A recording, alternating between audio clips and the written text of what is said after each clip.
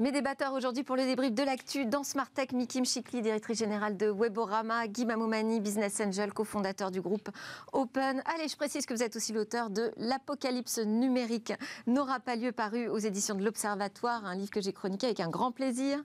Jean-Christophe Le Toquin, président de Cyber Security Advisor Network, et resté avec nous Nicolas Guillaume, président et cofondateur de Netalis. On commence avec le RGPD qui fête ses 5 ans d'entrée en vigueur aujourd'hui même, et puis ces amendes qui s'alourdissent. Alors je ne sais pas s'il y a une relation de cause à effet, est-ce qu'avec la maturité on ose davantage imposer des amendes lourdes, mais c'est l'exemple de Meta, moi, qui m'intéressait de prendre avec par le passé récent quand même, enfin 2 amendes de 210 millions d'euros et 265 millions d'euros qui ont visé Facebook, une sanction de 180 millions d'euros à l'encontre d'Instagram, puis on est monté à 405 millions d'euros pour Instagram, oui, en 2023, début d'année, et il y a quelques jours, Meta est condamné à une amende record d'1,2 milliard d'euros, amende totalement historique.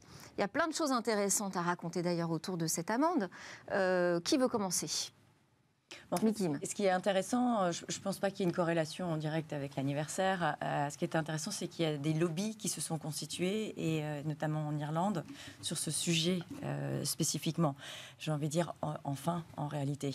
Parce qu'il y a un vrai abus d'utilisation des cookies, en particulier. Alors quand vous dites lobby, parce que donc faut expliquer, c'est que la CNIL irlandaise est en charge de la plupart des amendes qu'on impose aux GAFAM, puisque leurs sièges sociaux sont là-bas. Mais les grandes commissions européennes sur la protection des données ont jugé que la CNIL irlandaise était un peu trop conciliante avec ces GAFAM et n'ont pas été d'accord avec les réponses qui ont été abordées dans un premier temps vis-à-vis du comportement de Facebook Meta, et donc on durcit l'amende. Oui, donc vous dites, quand vous parlez des lobbies, c'est le lobby des commissions européennes sur la protection des données ? C'est le lobby des commissions européennes sur la protection des données, c'est aussi certains particuliers, entre guillemets particuliers, des entreprises derrière qui se sont portés, qui ont porté leur voix haut et fort pour dire que ça suffisait. Et en fait, Meta a attendu de voir ce que l'État américain allait faire pour voir s'il allait y échapper. Maintenant, ce qu'on peut voir, c'est que oui, l'amende, la sanction est tombée. Est-ce qu'elle va être poussée jusqu'au bout ? Moi, je pense que oui, étant donné qu'il y a ces lobbies qui sont très forts, et ça suffit un peu. Mais d'un autre côté, on attend effectivement ce nouvel accord transatlantique. Guy.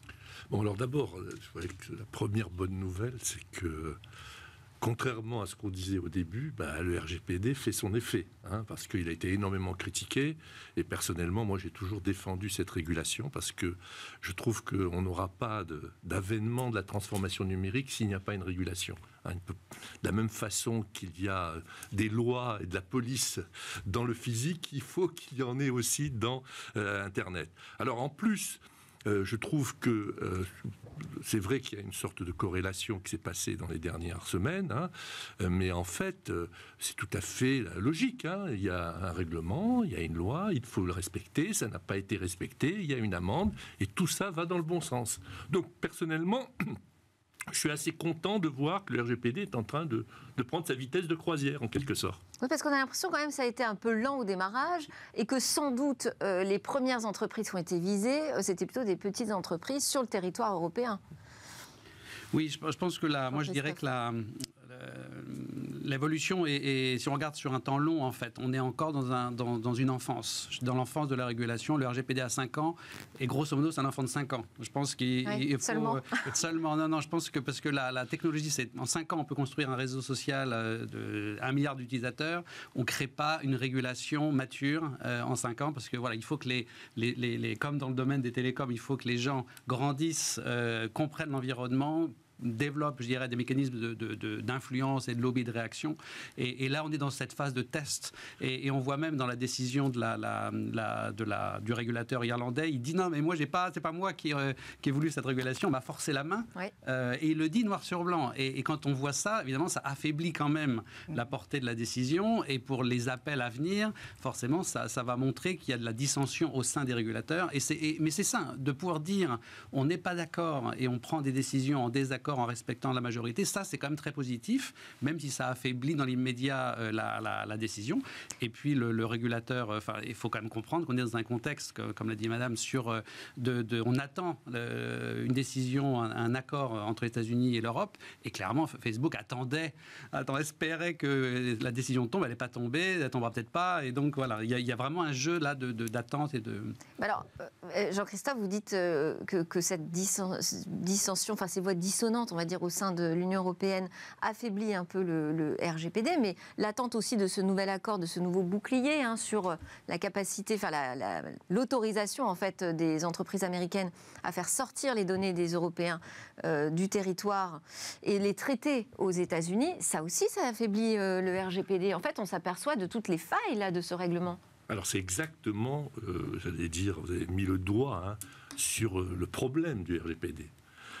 Parce que vous parlez des entreprises américaines qui souhaitent exporter des données, mais il y a aussi les entreprises européennes qui travaillent aux États-Unis, qui sont confrontées au même sujet. Donc, ça, c'est quelque chose que nous avons souligné dans une étude que la Villa Numéris a faite justement sur le RGPD, c'est qu'il y a d'un côté cette nécessité de régulation qui est bienvenue, et de l'autre côté, une sorte de pragmatisme à avoir pour pouvoir fonctionner pour les entreprises américaines, mais aussi les entreprises européennes. C'est pour ça qu'on attend. Il n'y a pas que les Américains qui attendent cet accord. Il faut absolument trouver des solutions pour, en même temps, j'allais dire, libérer le fonctionnement de la donnée dans l'espace mondial, et en même temps, une régulation qui nous protège tous. C'est ce qu'on essaye de faire avec le RGPD. Alors, effectivement, on va en parler de ce rapport qui sort également aujourd'hui même de la Villa Numéris, donc le think tank, qui pose cette question. 50 de RGPD, ça se fait, point d'interrogation. La réponse, c'est pas vraiment oui. Jean-Christophe et Guy, vous faites partie du groupe de travail data de la Villa Numéris. Le constat, c'est que aujourd'hui, le RGPD pose plutôt beaucoup de problèmes. Oui, c'est un rapport qui n'hésite pas à être un peu parfois caustique sur les acteurs en place, aussi bien les défenseurs des données personnelles que les régulateurs. Oui. Et en soi, c'est un rapport intéressant parce qu'au moins, il n'est pas consensuel. Il met les pieds dans le plat. Il met les pieds dans le plat, donc au moins, ça lui donne des chances d'être lu. Et il pose la vraie question finalement, qu'on est dans un système profondément immature et il remet en perspective, je dirais, le défi côté industrie. Donc, européen ou américain d'ailleurs, et je pense qu'il faut, à un moment, il faut reconnaître qu'on est en état d'enfance ou de préadolescence, et que du coup, c'est des crises, c'est beaucoup d'inconnus, mais je pense que si on se met dans le temps long, faut accepter que c'est une évolution salutaire et que c'est un progrès. Donc oui, c'est un progrès, mais qui plonge beaucoup de monde dans le désarroi et ça va continuer pendant quelques années.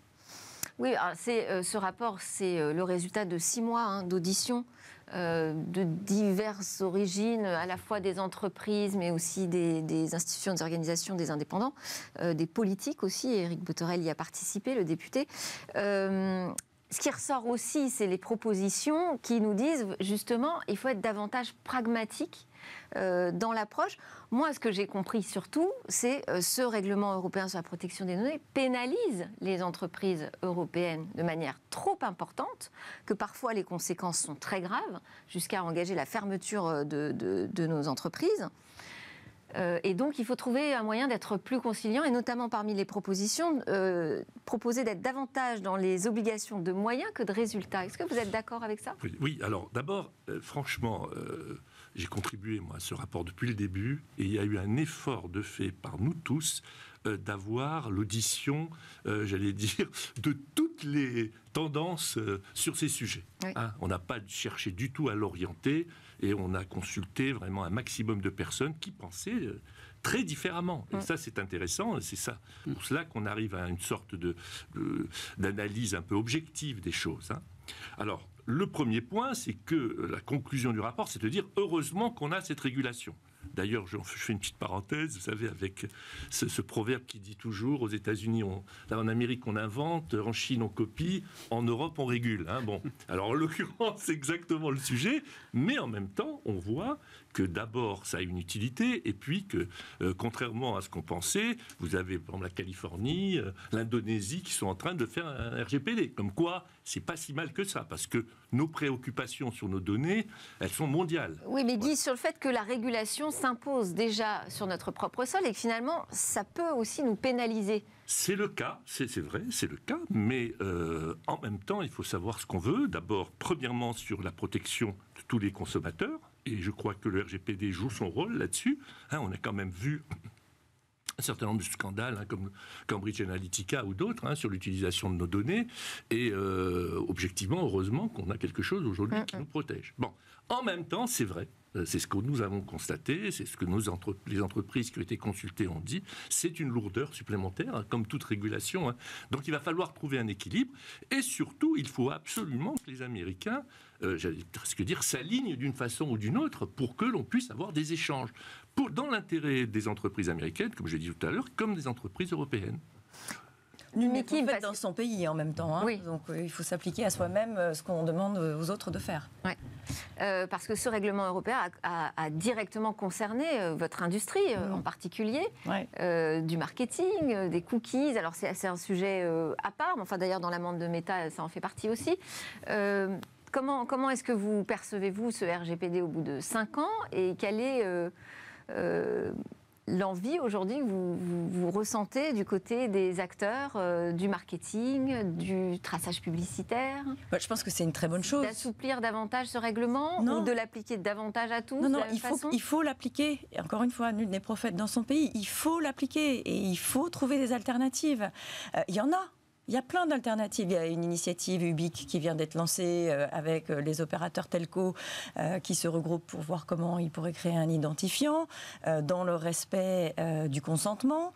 Il y a les alternatives que nous, on applique sur l'intelligence artificielle sémantique, sur le non-traquage, donc pas de cookies, pas besoin de consentement et pas besoin d'ID, puisqu'on ne traque rien, on analyse le contenu et on apporte un message publicitaire lié avec le texte qu'on est en train de lire.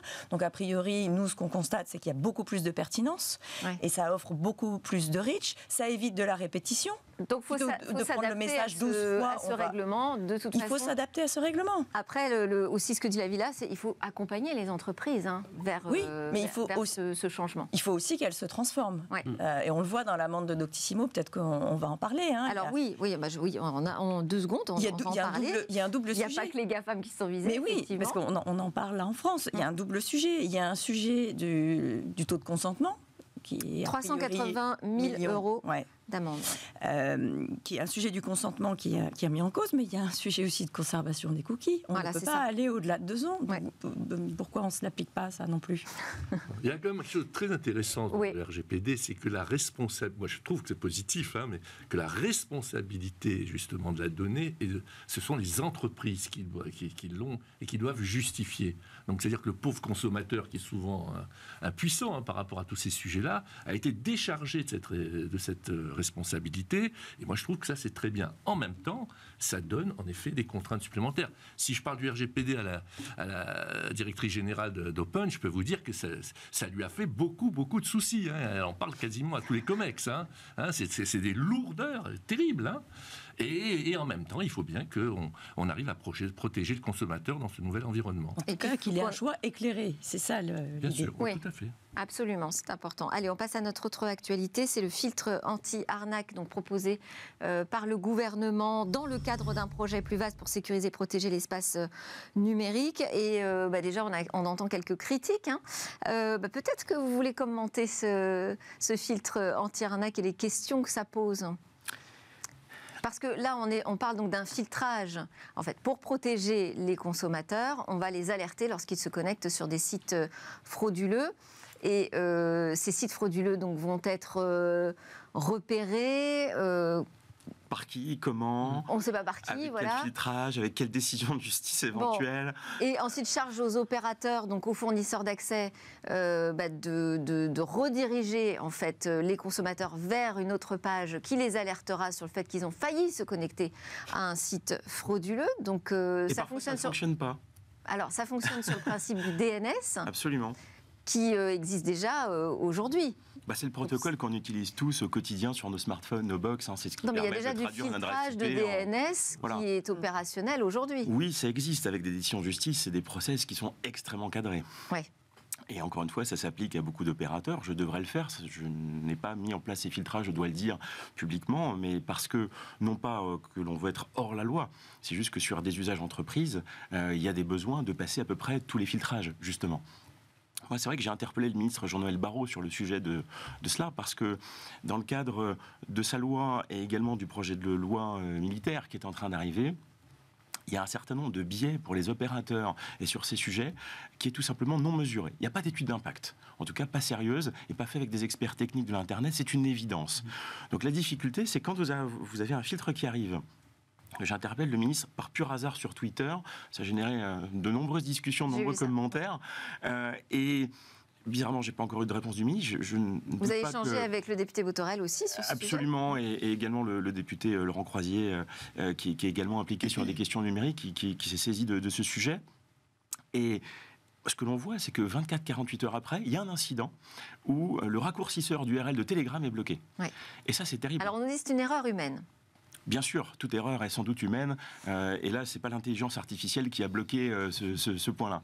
Mais ça veut dire que ça appelle beaucoup de questionnements. Si vous avez une autorité, quelle qu'elle soit, qui ne peut pas, en dehors d'une décision de justice, bloquer de façon claire et crédible des URL, moi j'ai envie de poser une question un peu fâcheuse. Qu'est-ce qui se passe si demain, un parti d'extrême arrive au pouvoir dans notre pays ? Qu'est-ce qui se passe s'ils ont le bouton rouge qui permet de bloquer à peu près tout ce qu'ils veulent, à dire à une autorité, même administrative et indépendante, vas-y bloque ? C'est compliqué cette histoire. Ça pose beaucoup de questions philosophiques, politiques derrière tout cela.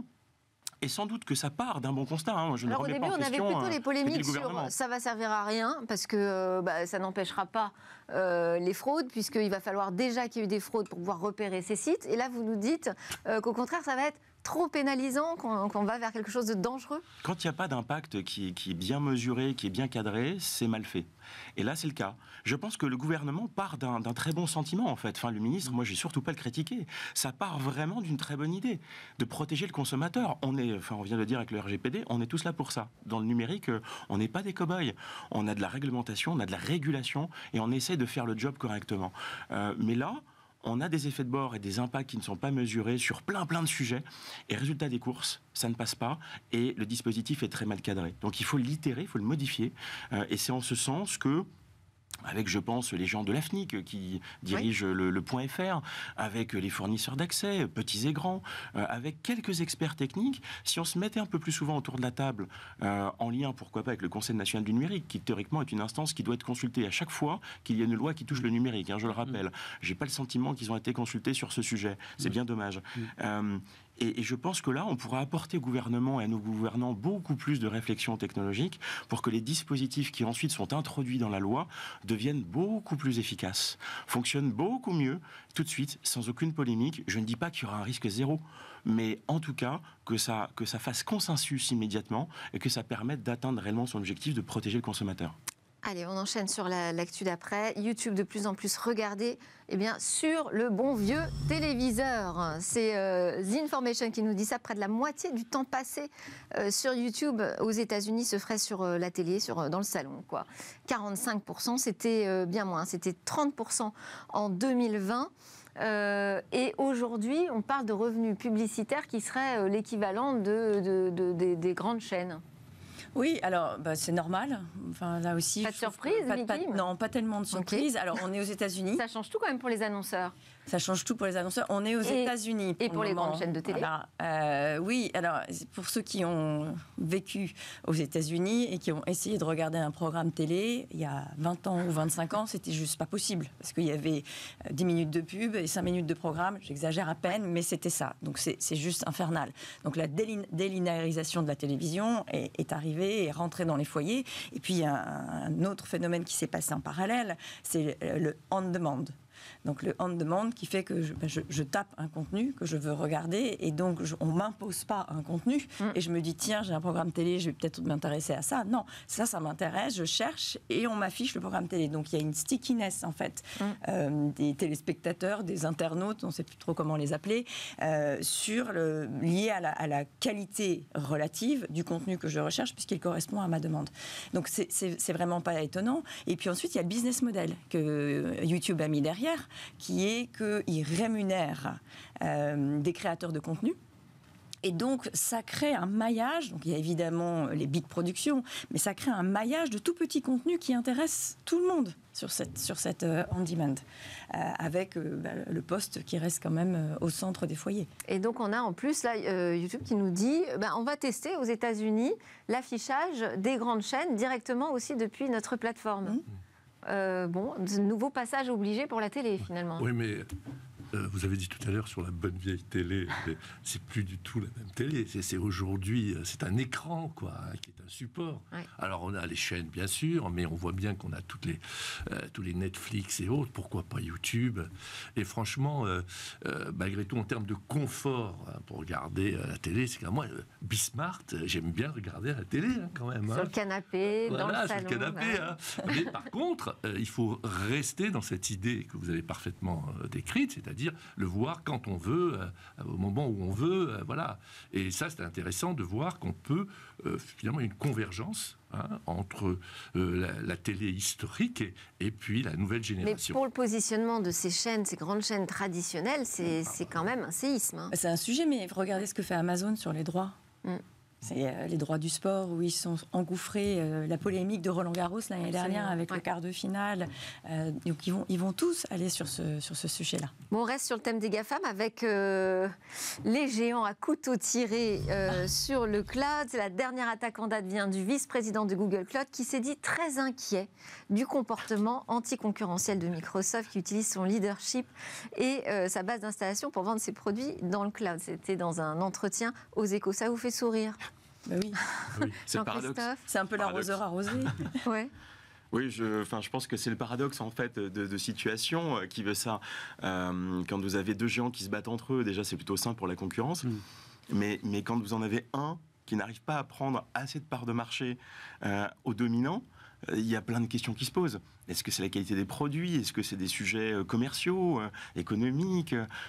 C'est assez passionnant, je trouve, de voir ces deux géants qui se touchent, qui s'affrontent. Alors les trois, parce qu'il y a Amazon qui avait lancé les hostilités, donc Amazon qui est en tête aujourd'hui sur le marché du cloud et qui voit Microsoft grandir, donc ça l'inquiète aussi. Et Google qui se demande s'il va rester le petit dernier comme ça derrière. Ce qui est drôle aussi, c'est cette petite phrase très sympathique. Regardez Teams, nous dit le vice-président de Google Cloud. Ce n'est pas le meilleur produit au monde pour la communication vidéo, mais il est devenu très rapidement le leader grâce à son lien avec Office 365. Et Windows. Et oui. Alors c'est une vérité. Bien sûr, vous savez, Delphine, que je suis très engagé sur ces sujets depuis des années et ça me fait vraiment sourire parce que dans mon livre, justement, en introduction, je disais que je n'étais pas d'accord sur l'utilisation du terme GAFA à l'époque, qui est devenu GAFA. Oui. Parce que, en fait, on les a mis comme ça dans un bloc, mais ils sont en concurrence, ils n'ont pas du tout les mêmes business models. Alors, ce qui est très drôle, c'est qu'à l'époque, et encore, il y a encore un an ou deux, alors on avait les GAFAM, les méchants GAFAM, et puis les petits Français qui bougeaient, qui essayaient d'exister contre eux. Mais on voit que ce n'est pas du tout aussi simple. Et que, d'abord, sur le sujet du cloud, vous avez une guerre qui est en train de se préparer, qui ne m'étonne pas du tout. Mais l'intelligence artificielle est aussi en train de rebattre les cartes. Du coup, Google se sent en danger par rapport à OpenAI, etc. Avec Microsoft qui a investi dans OpenAI. Et avec Microsoft, etc. Donc, je trouve que c'est très rassurant. Voilà. Ça veut dire que rien n'est établi, tout peut bouger. Exactement. Et l'Europe peut aussi prendre sa place. Allez, merci beaucoup. Je suis désolée, on n'a pas le temps davantage de réactions. Merci beaucoup, Mikim Chikli de Weborama, Guy Mamoumani, cofondateur de Jamais sans elle. On peut citer tellement de choses quand on parle de vous. Jean-Christophe Le Toquin de Sian et Nicolas Guillaume de Natalis. Merci à vous. On fait une petite pause et puis on se retrouve pour parler de Roland Garros.